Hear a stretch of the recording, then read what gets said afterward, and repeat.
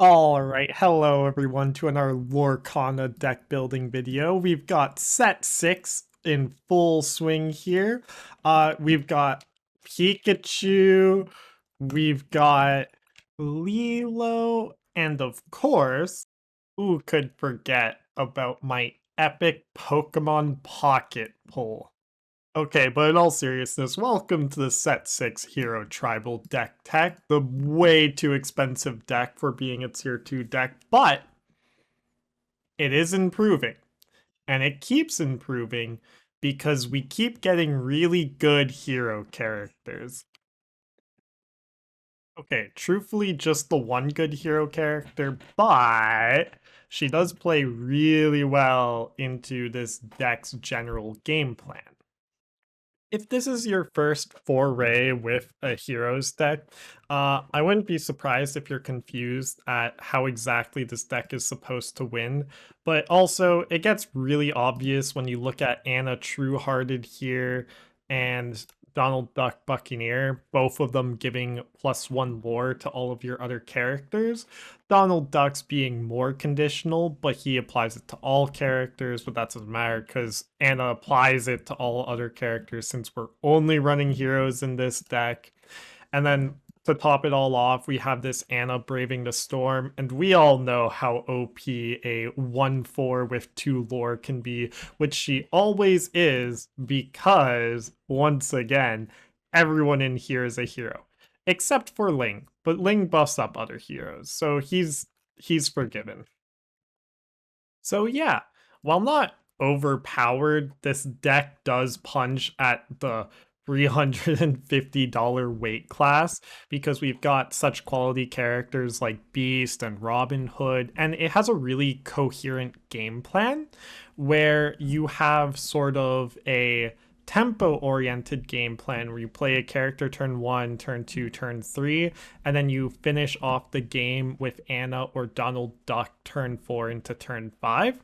Or you have a more, I'll say, value oriented game plan where you play stuff like Robin Hood into Big Robin Hood or Calhoun to just beat down your opponent's stuff while gaining lore and hopefully getting 2-for-1s with these characters, as well as the final game plan of Alice Growing Girl.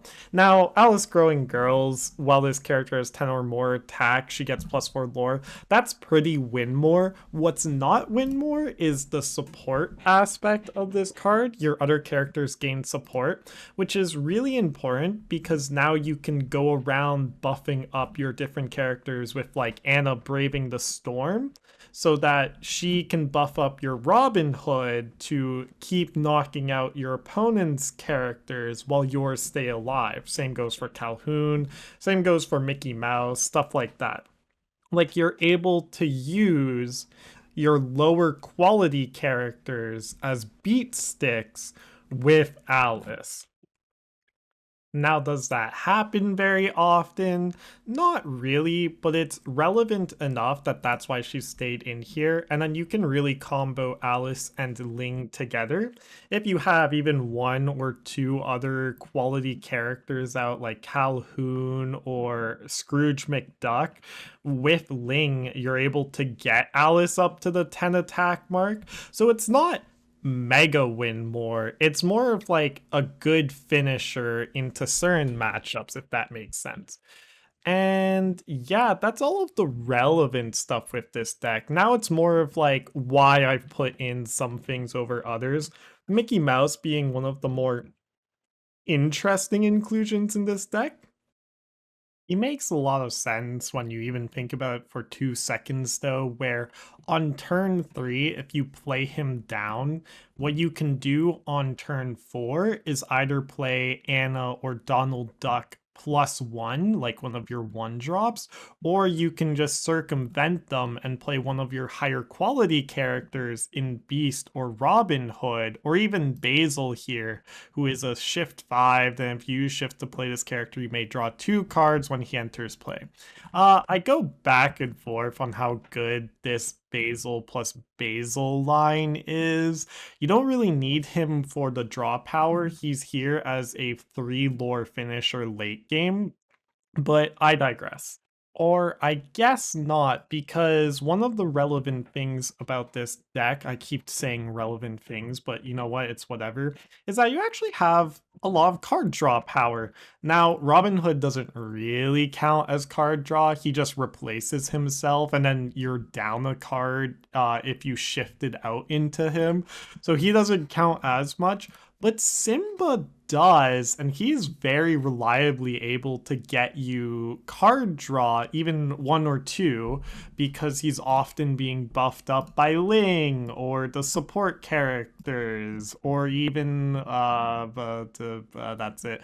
But he often will get you that card draw, and he helps to protect your Annas and, well, not really Calhoun. Calhoun wants to be swinging at your opponent as much as possible as well, but he ends up more relevant than you would think, but maybe not like that relevant, but he is good.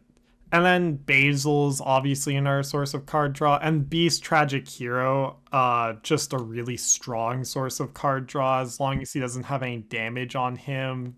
Draw a card, otherwise he gets +4 attack this turn. This effect is really relevant with Alice, where if they damage Beast with an Alice out, all of a sudden you just basically need one more character out in order to get Alice to the 10 attack mark. So, like I say, Alice has a very strong place in this deck. And then you often don't need to draw that many cards to close out the game. Where drawing cards is relevant is into the more grindy mid-range matchups where you're just trying to trade off characters more efficiently than your opponent, which you can do once again because of Calhoun now, since you now have this alternative game plan against mid-range where you are able to kill off their characters, simultaneously gaining lore while establishing your own quality characters to finish off the game quickly in like a few turns. You really put them on a clock with all of these. Whenever this character challenges and banishes another character on your turn, gain 2 lore. And by all of these, I mean the two. We have Calhoun and Robin Hood, but hey, it's a really strong effect, okay? But yeah, at this point, I think I'm just starting to ramble. You get the idea of the deck. Everything in it is pretty self-explanatory. We're just running a lot of quality cards that synergize with each other, which is always the making of a good deck.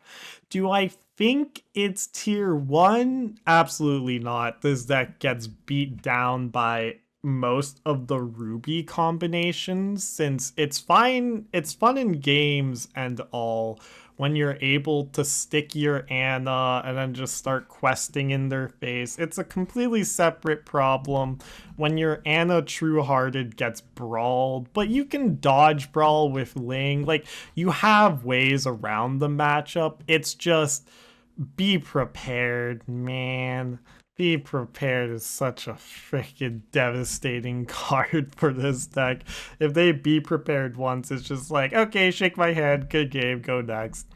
Um, yeah, and then Emerald Steel is also a particularly tricky matchup. You have no way of dodging their, let's say, bounce cards back to hand effects, and you do get devastated by Ursula, Deceiver of All. But you aren't just dead in the water in that matchup. If you can stick P at the right time and are able to get like Mickey Mouse out, then you're like fine. It's just, it's strong. It's not OP. This deck isn't quite there yet. Okay, quickly before I go to the outro, I forgot that we are in Steel and we can pack heat, aka Fire the Cannons. All I did to run Fire the Cannons was cut a Scrooge McDuck and a Pete Games referee to run the 2 Fire the Cannons. You just hard mulligan into Emerald matchups. Okay, off to future past me. But yeah, that's set 6, Hero Tribal. I do hope you enjoyed the video. and I hope you have a wonderful rest of your fantastic days, nights, mornings, afternoons, and evenings. Okay, goodbye.